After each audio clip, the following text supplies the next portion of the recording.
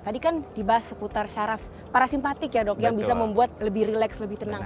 Tapi beberapa orang kadang-kadang kalau puasa justru lebih moody, gampang emosi, suka marah. Kenapa sih dok? Nah, jadi benar sekali. Jadi pada saat berpuasa kan terjadi perubahan ya pada kebiasaan atau rutinitas diri kita gitu ya.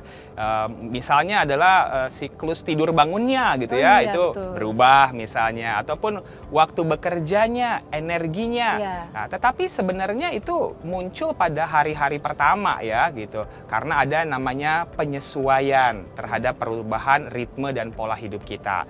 Tetapi kalau kita terus menjalankan puasa ini dengan baik, sebenarnya justru puasa itu akan membantu kita punya kontrol diri yang lebih bagus dia.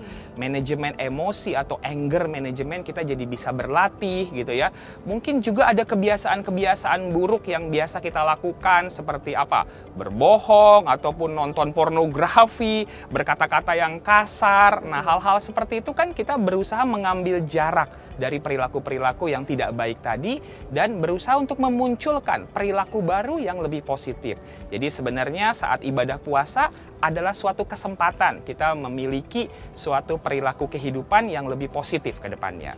Nah dok, tadi kan kita sudah membahas seputar manfaatnya untuk kesehatan mental. Kalau untuk fungsi otak sendiri, seperti apa sih dok manfaat ibadah puasa ini? Ya, ibadah puasa bermanfaat sekali untuk fungsi otak kita gitu ya. Karena seperti kita ketahui, saluran pencernaan kita ini semacam otak kedua kita. Ada hubungannya tuh antara pikiran ataupun otak dengan pencernaan atau istilahnya brain gut axis gitu ya. Gut axis. Benar. Jadi kadang-kadang kalau kita punya pikiran di otak kita yang agak overthinking berlebihan akan mempengaruhi pencernaan kita. Atau sebaliknya tuh, pencernaan kita yang lagi nggak bagus itu mempengaruhi juga kondisi psikis atau kondisi otak kita.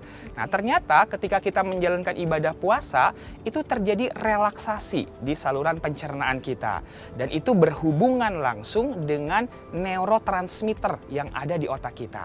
Nah, sementara kita mengetahui bahwa neurotransmitter yang ada di dalam otak adalah merupakan suatu zat kimia yang punya manfaat sangat besar untuk mengendalikan berbagai fungsi tubuh kita, termasuk juga kondisi psikologis kita. Misalnya kalau ada serotonin di otak itu yang menurun gitu ya, karena ada stresor dalam kehidupan, ada pengalaman hidup yang traumatis, itu bisa berujung kepada munculnya gangguan kecemasan atau ansietas dan juga gangguan depresi.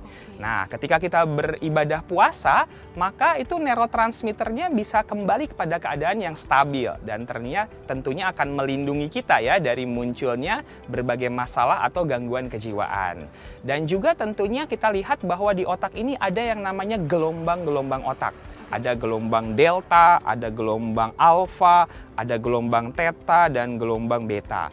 Nah, semua gelombang otak itu punya fungsinya. Nah, pada saat berpuasa, itu gelombang otak yang paling banyak itu mencapai keadaan stabil itu gelombang alfa dan gelombang theta, yaitu gelombang yang membuat kita lebih rileks, lebih santai, dan itu akan bermanfaat untuk ketenangan jiwa kita. Oke, dok.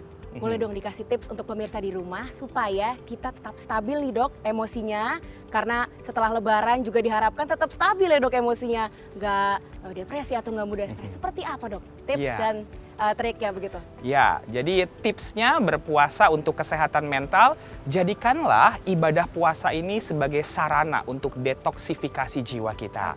Jadi lihat apa perilaku-perilaku kita mungkin yang selama ini tidak sehat, tidak baik, tidak positif. Ini kesempatannya untuk mengambil jarak dari perilaku-perilaku tersebut. Misalnya kita mungkin selama ini cenderung untuk gampang marah, mudah emosi. Nah, ini kesempatan untuk belajar anger management.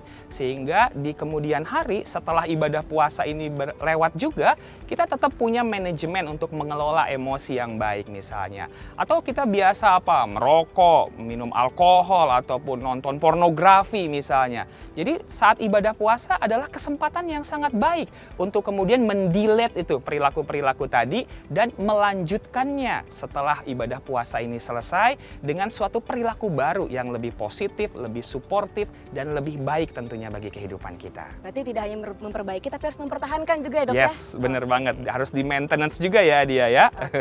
Nah dok, kan selain puasa di Ramadan, kan Ya. biasa juga ada yang menjalankan puasa sunnah nih dok, Senin Kamis. ya. Manfaatnya sama nggak sih dok? Ya, pada prinsipnya manfaatnya sama gitu ya, karena secara pribadi individu menjalankan suatu puasa untuk suatu tujuan ibadah tertentu misalnya, itu akan bermanfaat seperti tadi tuh, sarana bagi detoksifikasi jiwa kita dan juga bagi kesehatan fisik kita. Cuma bedanya kalau pas Ramadan begini, kita bareng-bareng ya sama Iya. yang lain gitu ya, Betul. jadi ada kebersamaan untuk menjalankan ibadah, ternyata itu memberikan suatu positive vibe tentunya Oke. untuk menjalankannya dengan lebih baik, dengan lebih ini lagi gitu dalam kehidupan kita.